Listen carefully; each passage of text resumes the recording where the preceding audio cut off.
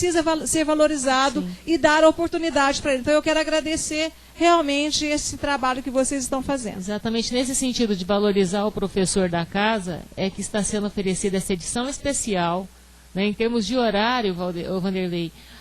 Vai ser feita uma pesquisa, né? A preferência dos que têm intenção de realizar, para que seja estabelecido esse cronograma das aulas, das atividades. Tá? Então, a gente volta a falar, é uma turma especial para os professores da casa. Nesse sentido, os professores efetivos da casa terão a gratuidade do curso. Então, realmente, nós estamos valorizando os profissionais que nós temos, reconhecendo realmente o valor que vocês têm. Tá? Obrigada. Efetivamente, esse é um caso muito importante, né? Porque é um quesito que será objeto de avaliação do MEC. E nós teremos que cumprir, não há outra alternativa a não ser cumprir esse requisito do MEC, né? Agora, a nossa intenção, como todos já disseram, é valorizar o pessoal da casa, organizando o curso, dando todas as oportunidades, inclusive o curso será gratuito. Então, daremos todas as oportunidades para que os nossos docentes possam satisfazer a esses requisitos. Agora, nós esperamos que isso aconteça, porque senão, depois lá na frente, a coisa pode ficar complicada, né? E o Consul vai ter que se pronunciar, né, para resolver essa questão. Mas isso, se Deus quiser, não vai acontecer. Pois não. A minha situação é uma situação, vamos dizer, especial.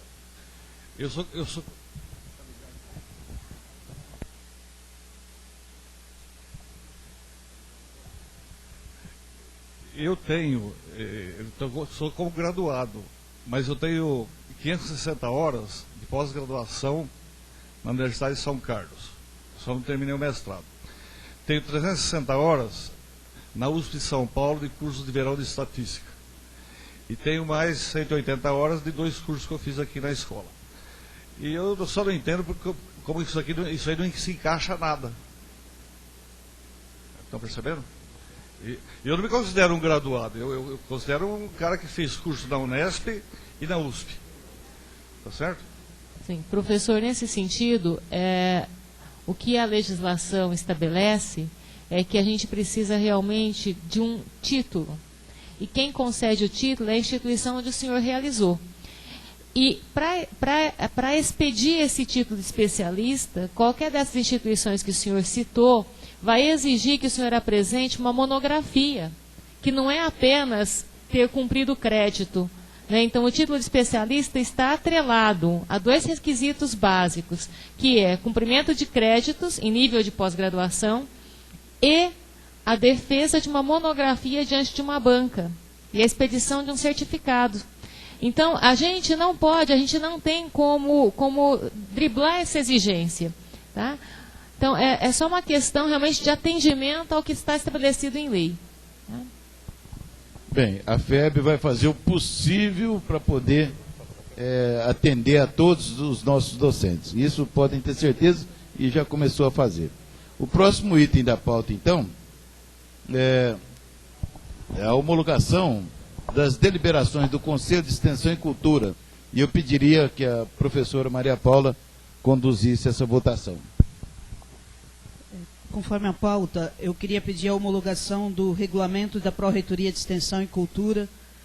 Na reunião que nós tivemos passada do Consul, o representante da Comissão de Leis já havia lido o relato aprovando o nosso regulamento. Agora eu precisava que vocês deliberassem. Então, quem for a favor, por favor, levante a mão. Unanimidade, levanta a mão.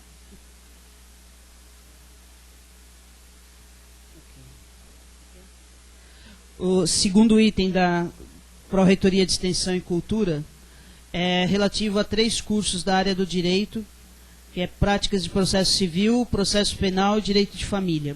O professor Rogério Cury apresentou a proposta, já foi apresentado no Conselho de Extensão, já foi aprovado, e a gente precisa da homologação desse colegiado.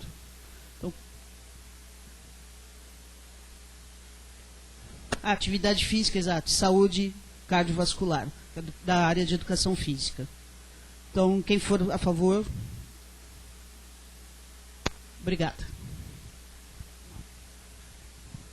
Aprovado por unanimidade. O próximo item da pauta é ausência de membros em reuniões do Consul. Fui eu que pedi para inserir esse item aí, que evidentemente não se aplica aos presentes, né? Mas eu gostaria de lembrar que ficasse apontado na ata a nossa preocupação com aqueles membros que representam cursos, representam outros órgãos e não comparecem às reuniões do Consul. O Consul, como eu já disse, é um órgão gestor da FEB e precisa da participação de todos, para que todos possam decidir conjuntamente. Gostaria de conclamar mais uma vez, né, que fizessem chegar àqueles que estão ausentes essa nossa preocupação, e inclusive no sentido de cumprir o regimento interno também, né? Era só para lembrar. Gostaria de passar para o próximo item, então, que é a aprovação do relatório anual da reitoria. Eu vou me permitir, nesse ponto, fazer uma apreciação geral rápida e depois, se o plenário quiser, a gente pode detalhar mais. Mas é importante que isso seja feito nesse momento, né? Primeira coisa, por favor, você pode até colocar. É uma ideia geral, um documento muito simples, mas que dá uma visão da nossa caminhada durante o ano de 2012. Primeiro, nós fizemos um diagnóstico dividido em curto prazo e longo prazo. Então, no curto prazo, o que a gente enfrentou em 2012? Problemas com fluxo de caixa, que foi comprometido com a construção do novo prédio, que foi feito num curto espaço de tempo e cujo pagamento foi diluído num espaço de, no máximo, 12 meses. E a maior parte foi paga com 6 meses, 8 meses. Isso prejudicou bastante o fluxo de caixa da instituição, né? Porque tudo isso aí, esse novo prédio, foi pago com recursos de mensalidades dos alunos. Então nós tivemos aqui, por exemplo, em janeiro, um déficit de janeiro de 2012, um déficit de R$514 mil. Em fevereiro de 2012, um déficit de R$735 mil. Já em junho, nós tivemos um novo déficit de R$177 mil, aqui, mais por causa das férias, né? Depois, em setembro, voltamos a ter outro déficit de R$506 mil. E em novembro, também em virtude do pagamento de dissídios, um déficit de R$263 mil. Bom, tudo isso aí acumulado durante o ano de 2012, nós chegamos ao final do ano e conseguimos recuperar, conseguimos estabilizar o fluxo de caixa. Isso é um dado muito importante e favorável, né? Tivemos um superávit durante o ano de 2012 de R$988 mil, né? Evidentemente que isso foi utilizado também no pagamento de contas que vieram do passado, né? Mas a situação hoje, do ponto de vista de fluxo de caixa, é, graças a Deus, estabilizada. A FEB hoje só deve para a União Federal, conforme nós vamos ver, naquela dívida tributária, previdenciária, e para os seus funcionários, que são aqueles dissídios. Mas ela está quites com os fornecedores, com todos os fornecedores da FEB atualmente. Então, essa é uma conquista muito grande de todos nós, certo? Bom, a questão do longo prazo, o principal ponto a destacar é a dívida com a Receita Federal, que foi feita em função daqueles autos de infrações, um de 2009 no valor de R$20 milhões e outro de 2012 em maio de 2012, no valor de 14 milhões de reais. Tudo isso somado e corrigido dá hoje 50 milhões de reais. E eu volto a repetir, a causa dessa dívida foi a interpretação de que a FEB era uma entidade pública. Sendo entidade pública, ela não tinha direito a ter, usufruir de isenções previdenciárias, porque não poderia ser entidade beneficente. E em razão disso, a Receita Federal veio exigir, então, as contribuições que a FEB não pagava.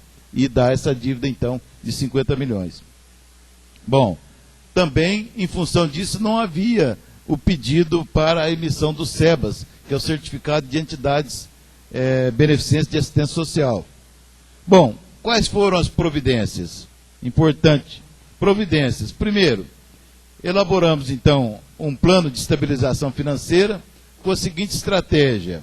A prioridade de pagamento para folhas de pagamento do pessoal, docentes e funcionários, que foram pagos à risca, né? Não houve atraso no pagamento de funcionários e nem de docentes, nem de férias e nem de 13º.